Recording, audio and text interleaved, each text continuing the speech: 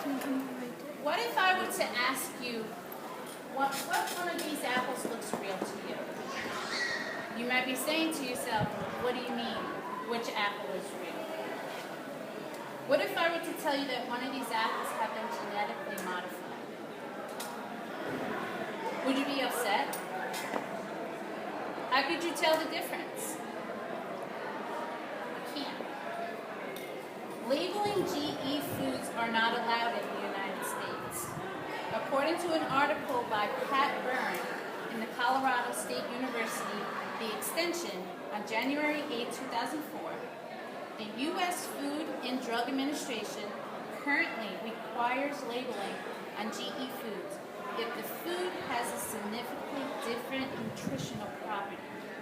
If a new food includes an allergen that consumers would not be expected to be present. Example, like peanut protein or soybean products. Or if food contains a toxin beyond acceptable limits. So, we should have the right to know what we're eating. Labeling has become one of the biggest issues among our own country today. Why? Because they don't want to categorize our foods due to pricing.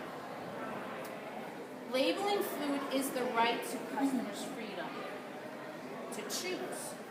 According to another article by Janine Boulton in the Edible Chicago magazine, a local beat, on March 25, 2004, states, believes we have the right to know by the Middle Ground Law, which is the 1666. This bill is about the consumer's right to know. It is not about pointing fingers what's good or what's bad. The most common crops in the United States that are genetically modified are soybean, corn, cotton, and canola. Because many processed food products contain soybean or corn ingredients, like high fructose corn syrup or soybean, it's estimated that 60 to 70% of processed foods are in your grocery stores today. And at least one of those products do carry a genetic modified product. Today, I'm going to speak to you about the need to know what you are eating and the satisfactions, the concern of not labeling our foods. And are they safe to eat? First off, I will discuss the need to know what you are eating. What are you actually eating? As quoted by the website Label GMOs, genetically engineered foods are plant or meats, products that has been taken their DNA artificially altered in a laboratory by genes from other plants and animals, viruses and bacteria, in order to produce a foreign compound in that food. We are the impacts of GMOs on the environment. As stated by the website, no GMO product. Over 80% of all GMOs grown worldwide are engineered for herbicide tolerance.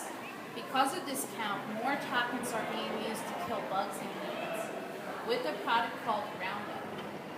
This product actually has increased 15 times since GE has been introduced to the United States.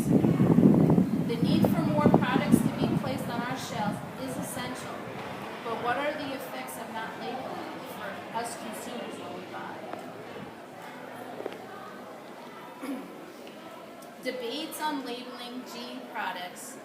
Evidence show that according to an article by Pete Times in the Colorado State University Extension, pro-labeling arguments include consumers' right to know what they are eating, especially concerning products for which health and environmental concerns.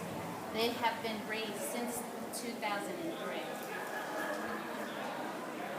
The anti-labeling on GE products, according to an article by the same writer in the Colorado State University, she also states that anti-labeling arguments say that GE foods do imply a warning about health effects.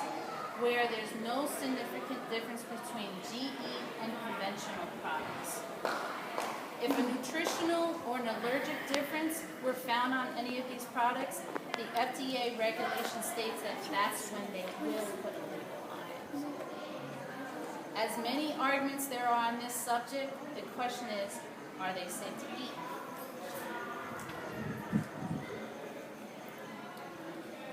As stated by the GMO Facts website, most developed nations don't consider GMOs safe. More than 60 countries around the world, including Australia, Japan, and all of the European Union, will not accept GMOs in their grocery stores. On the other hand, the United States believes GMOs are safe. According to the GMO Fact website again, the government has approved GMOs based on studies conducted by the same corporation that created them and to profit off their own sale. Increasingly, Americans are taking matters into their own hands and choosing to opt out the GMO experiment. So, whether labeling will get approved or not in our country, the consumer still should have the right to know what they are eating. Now you know what GMOs are and the arguments about labeling our products or not. You need to know what you're eating. You should be concerned about the labeling. And is there any long-term health risk? And are they safe to eat? My desire is that each and every one of you have learned something new today about GMOs and be more aware about labeling. You can't just trust what you buy. You have to ask and do research what you buy. I have some simple steps that you can consider using as you go out into the grocery store. First thing is you must read labels carefully. If it doesn't have a label, don't eat it. Any labels that begin with the number 9 is organic. Anything that starts with a 4 or another number is genetically modified. Buy from your local farmers. Eat at family-owned restaurants and stay away from commercial restaurants. Lastly, ask questions before you buy. Today, I would like to end with a quote by Antolin Brilliant Savarin. Tell me what you eat, and I'll tell you what you are. Thank you.